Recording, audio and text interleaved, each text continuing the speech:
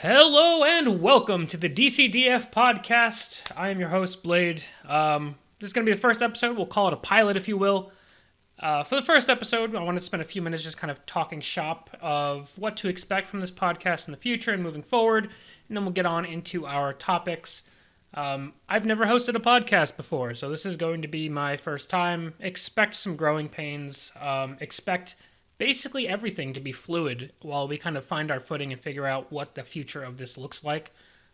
Even the name, DCDF Podcast, is kind of a placeholder for now.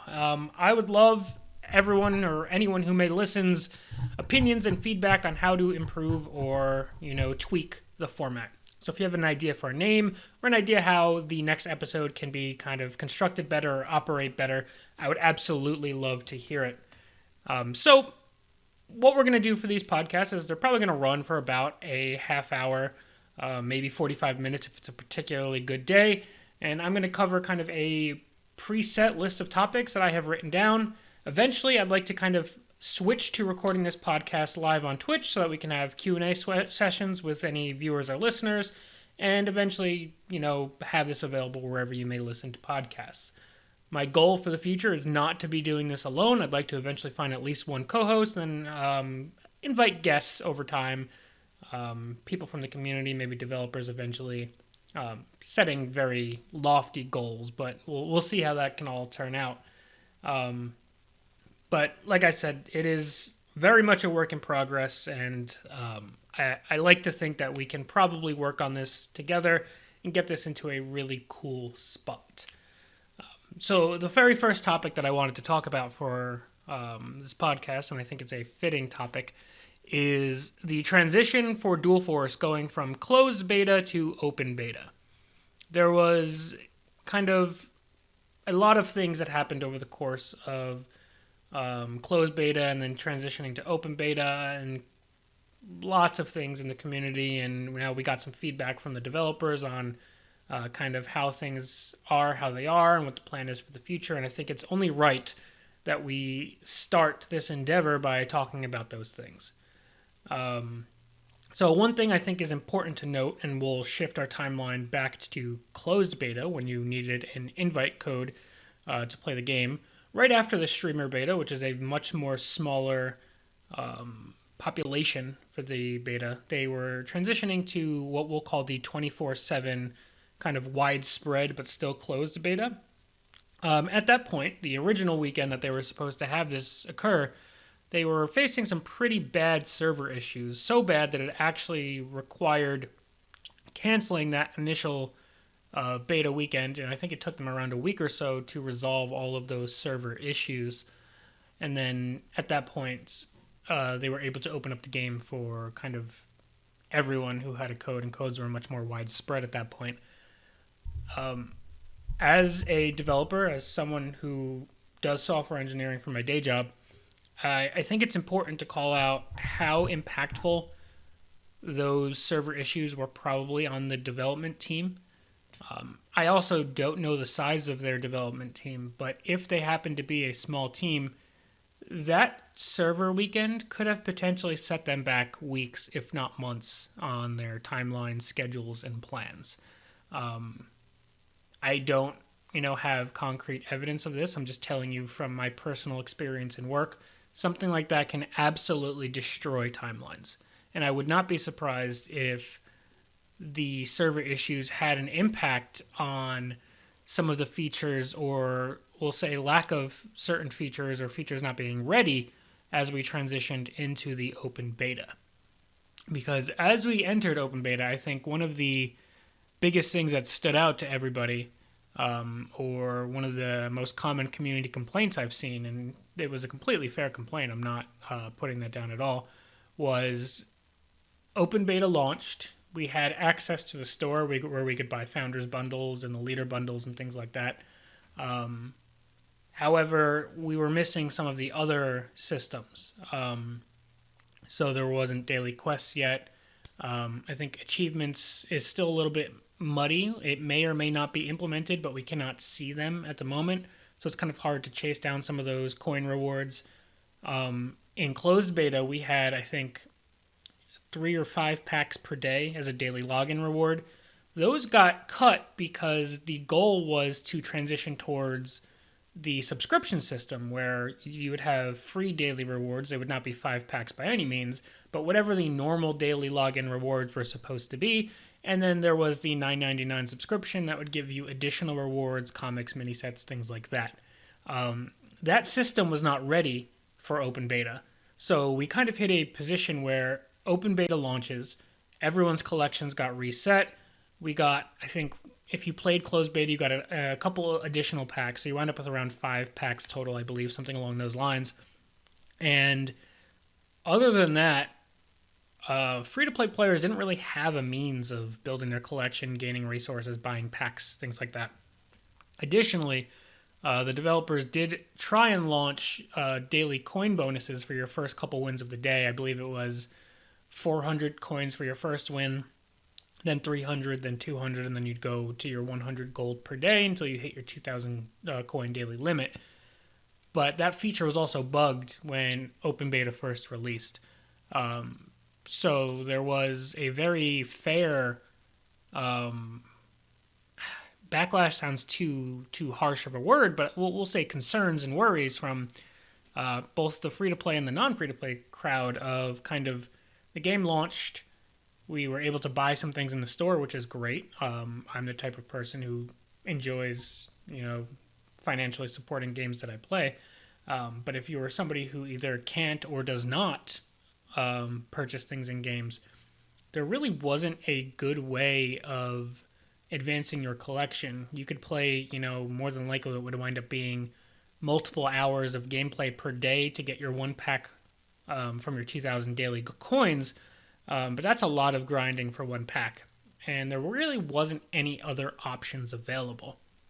But that's where I think we got to see what I'm considering, what I call the very first real test for this development team.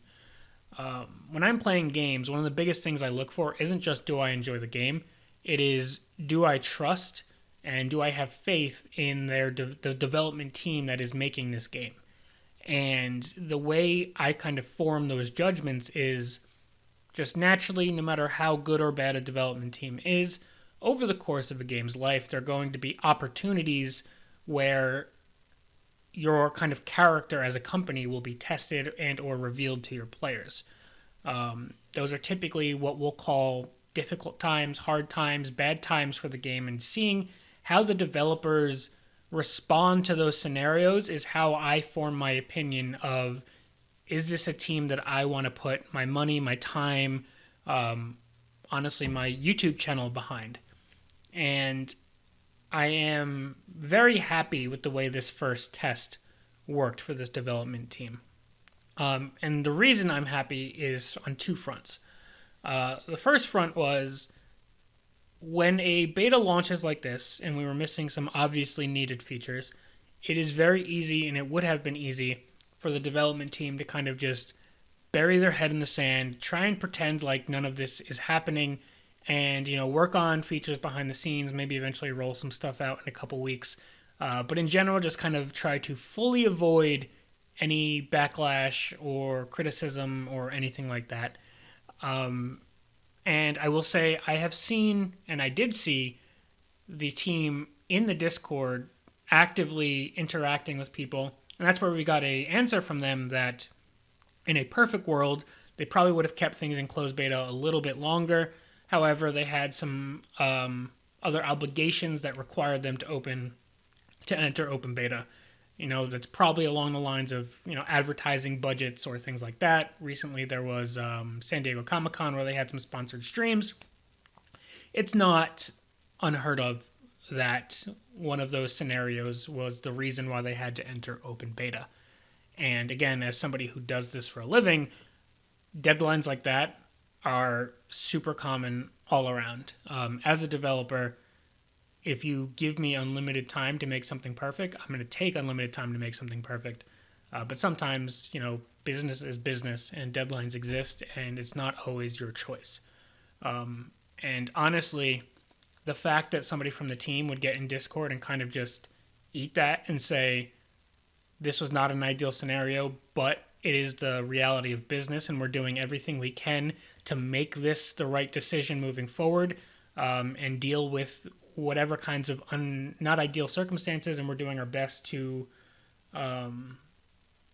rectify that for the players moving forward. Just that alone was incredible to me. And furthermore on that, I've actually seen the interactions from developers in the Discord increasing over time. And that's not always to say they're coming in and just, peeling back the curtain and letting us in on a bunch of tons of information that we weren't previously privy to. But even if it's just sometimes saying, I don't have an answer for that question, or I can't give you a timeline for that request quite yet, but I just wanted to acknowledge that it's important to us and we're working on it. Just having that communication and being able to face difficult questions or answer questions that even if they might disappoint people, just being able to say, I'm going to stand in front of you, we love this game, this is what's going on, is a huge bonus for me. On top of that, we got quick action. Now, the action did not look like the features that we were waiting for. So, we have a soft August goal in terms of, I think, daily login rewards and the subscription, and that might potentially bring new comics with us. And they said crafting is basically the top of their list, but I don't think we have a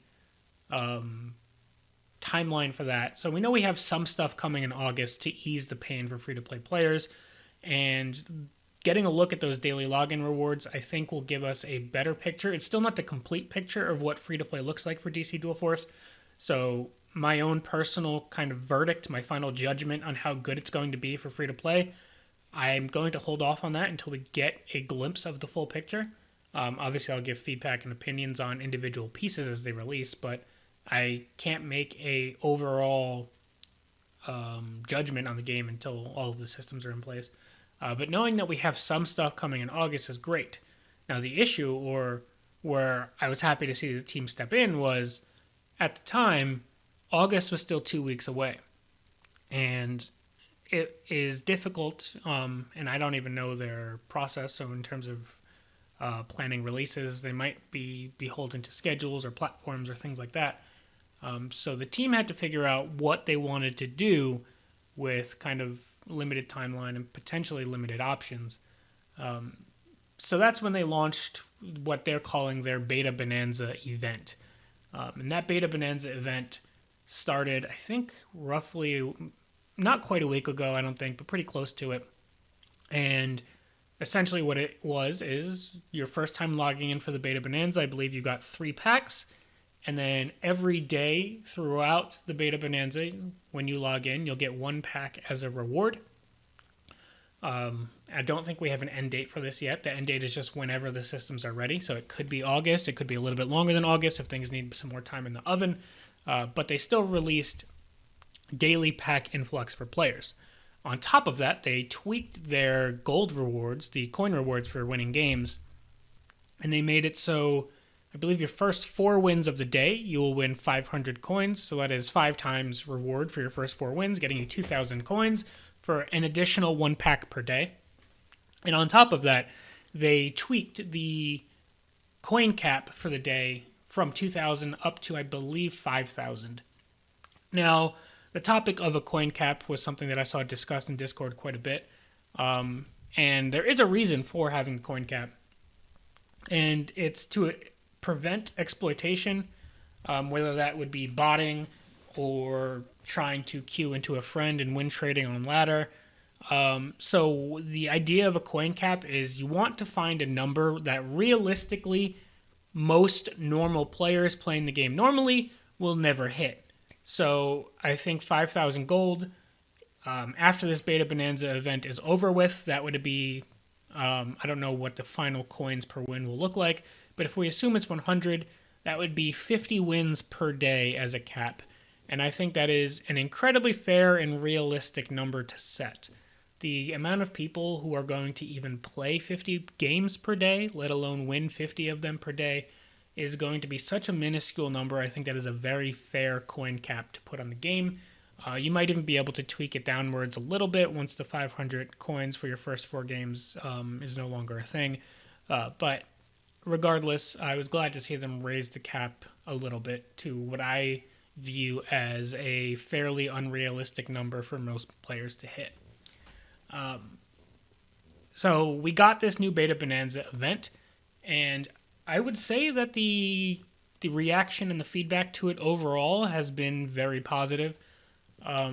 Obviously, there's still players who are wanting more or kind of left with a little bit of an empty belly in terms of being a free-to-play player, wanting to build your collection, and wanting to see what else is coming in terms of systems for the game. And I think our first main milestone on that front will be whenever that August patch is. I don't have a date, but I'm expecting it early August. And then we'll get to see what else rolls out.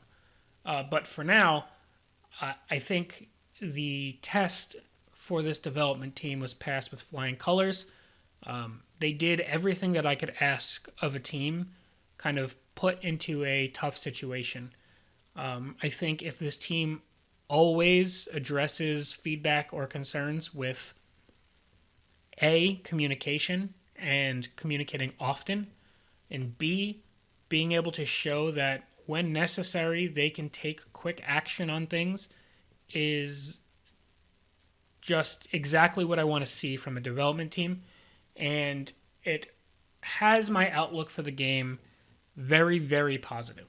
I know we're still missing systems, and the game just entered open beta, and I know people had very high expectations for what games should be or should be doing or should not be doing when it comes to the fact that the store is open, and I think that I respect that opinion. But I am more the type that as long as I see positive things and positive progress happening, I'm okay with being along for the long haul on the beta. And my future outlook for this game could not be more positive. I'm sure anyone who's previously been on my channel can see that we've basically fully swapped to DC Dual Force as the main game, and that is my intention for the future. And a large reason for that, besides the game itself and me loving the game, is this development team, and that is my faith in them. Yeah, that's just a quick kind of recap of how we got to this point.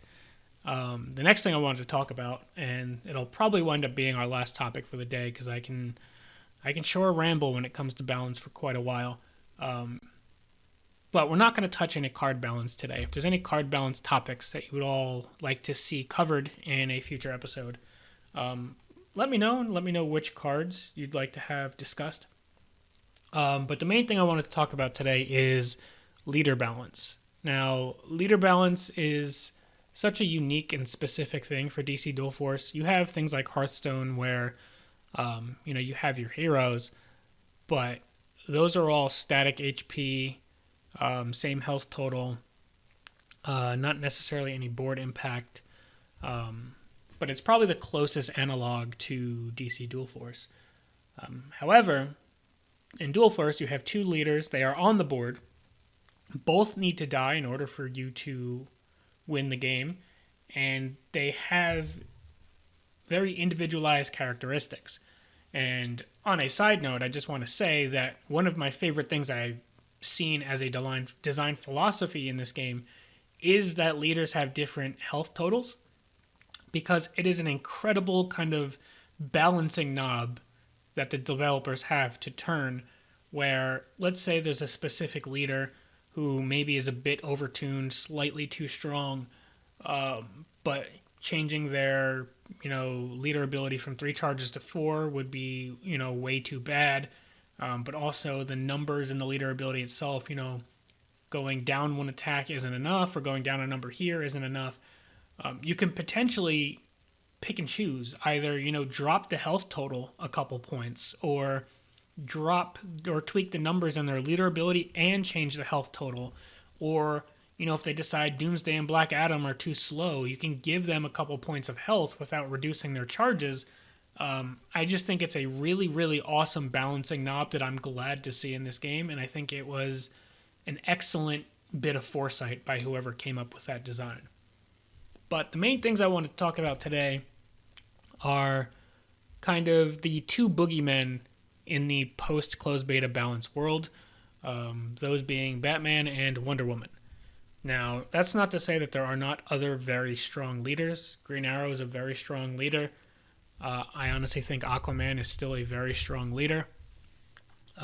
But I would say if you were to take a pulse, put your finger on the pulse of the Discord and other social channels for the game, Batman and Wonder Woman more than likely are going to be what you see mentioned as too strong or power outliers, probably 99 times out of 100. If not both of them, you'll always hear at least one mentioned.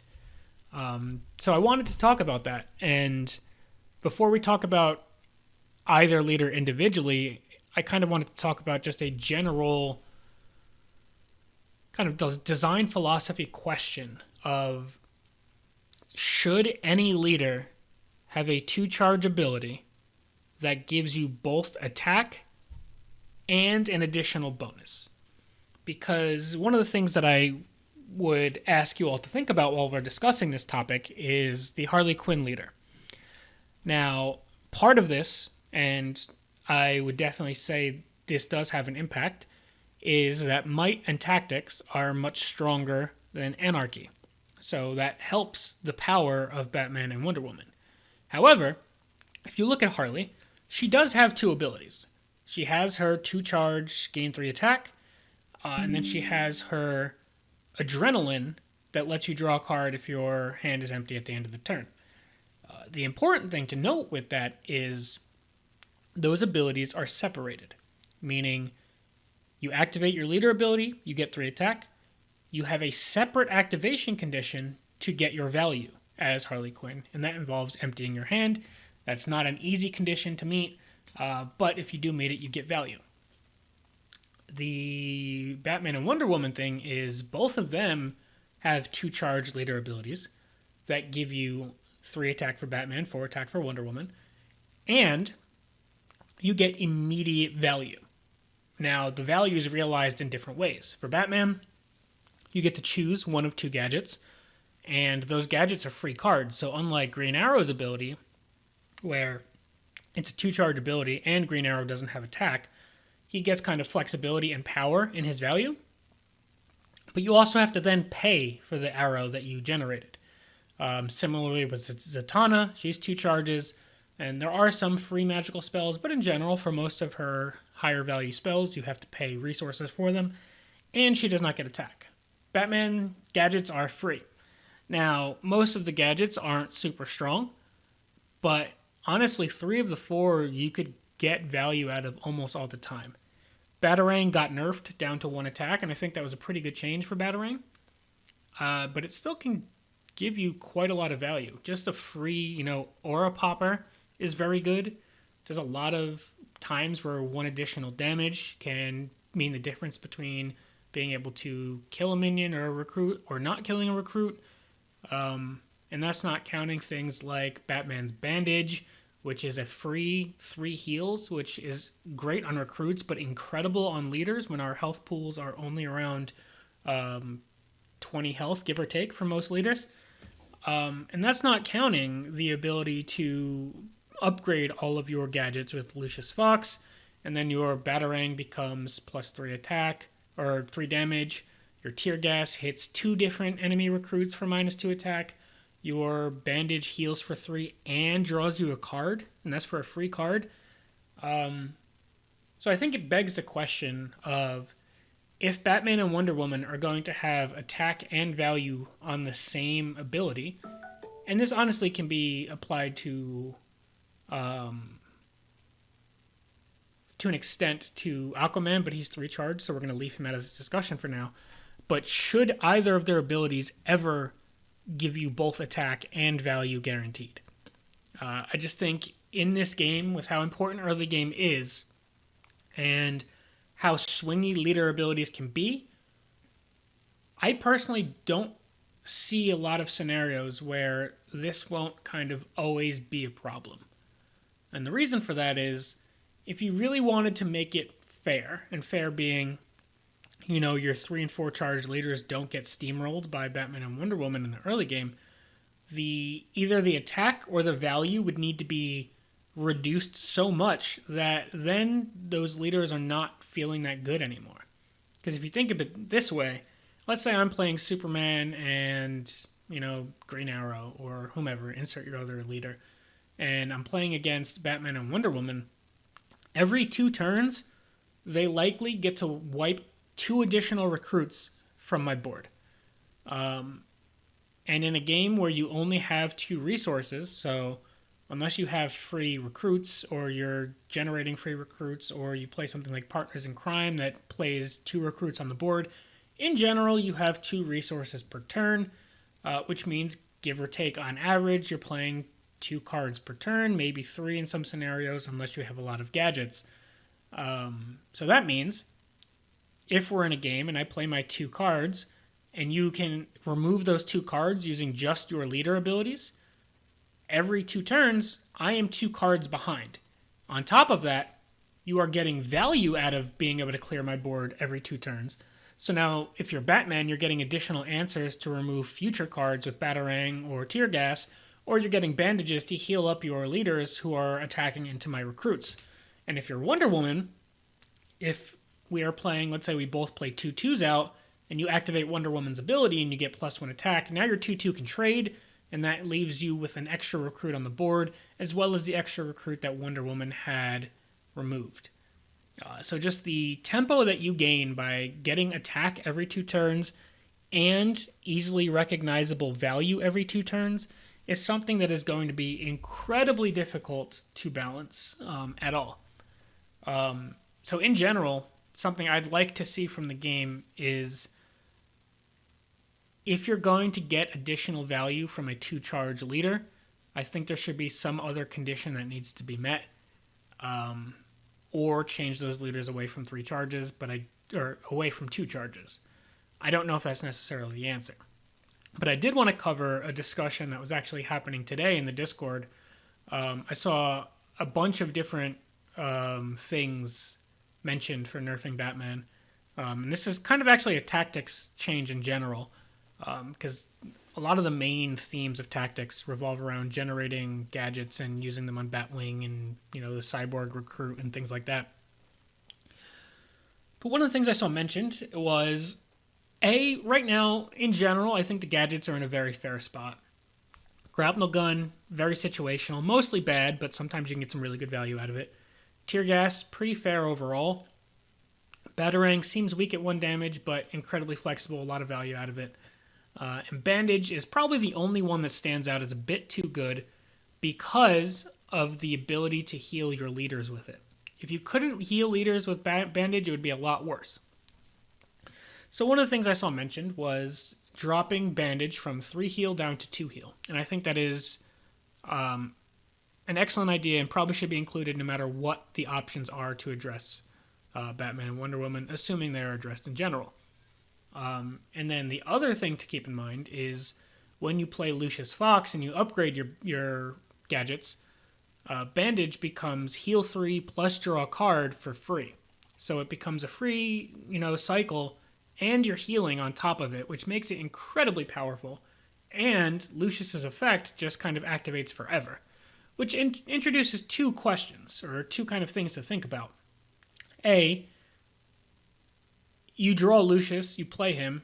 Should it affect every gadget ever? Probably not. But also B, if you are that tactics player and you eventually top deck your second copy of Lucius, it feels really, really bad to draw him. You don't want him in that scenario. So something I saw mentioned, and I thought was an excellent idea, was change the way Lucius works so that he had something like a summon ability and an end of turn ability where he will upgrade all of the gadgets that are in your hand, meaning future gadgets are not instantly upgraded. Now, that would mean drawing your second copy of Lucius feels a lot less bad. He becomes a much better card in general to draw your second copy of, which I think should be the goal for a card like Lucius. And then he still is a threat on board. Even if Lucius still is like, maybe he gets a buff and attack and he becomes a 2/2, but he still becomes an incredibly high priority target because you don't want that end of turn effect to keep activating and upgrading your gadgets. I think just changing those two things of not making bandage draw and unupgraded bandage healing 2 and maybe upgraded bandage heals 3, those changes and then that kind of mechanical change to Lucius, I honestly think would make Batman in a very good spot. Or at least a much better spot.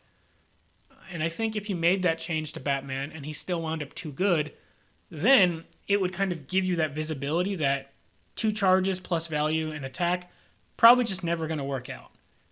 But I think making those changes to Bandage and Lucius allows you to see, is there a world where 2 charge attack plus value is something that can live in this game and in this ecosystem?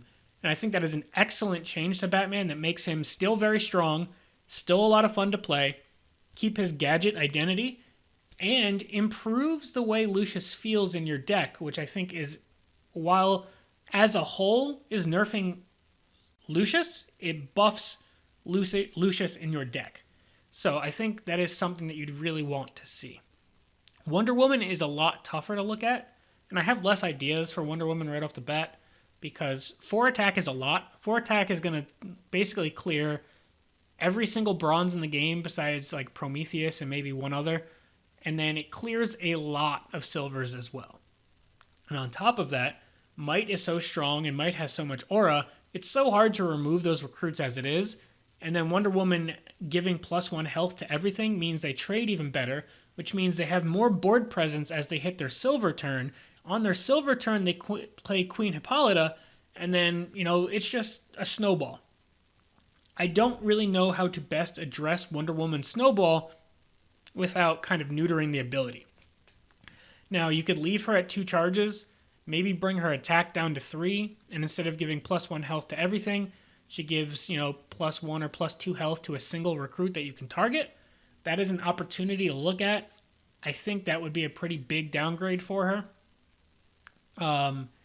But I think there's other things you can explore. There's kind of like a aura theme with a lot of the Amazon cards.